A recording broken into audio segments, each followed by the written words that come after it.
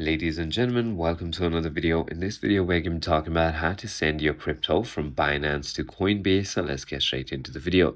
So all you need to do is simply go ahead and open your Coinbase. You want to simply go ahead and find your asset like BTC in the Coinbase app and select receive and copy the address by clicking on this icon right over here.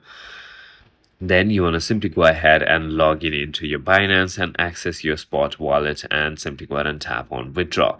Once you've done that, simply go ahead and choose the cryptocurrency you wish to send. So in this case, we have Bitcoin, and then you want to simply go ahead and enter the withdrawal details, paste the Coinbase receive address in the address field and select the correct network. Finally, once you've done that, input the amount to send, verify your transaction and click on withdraw.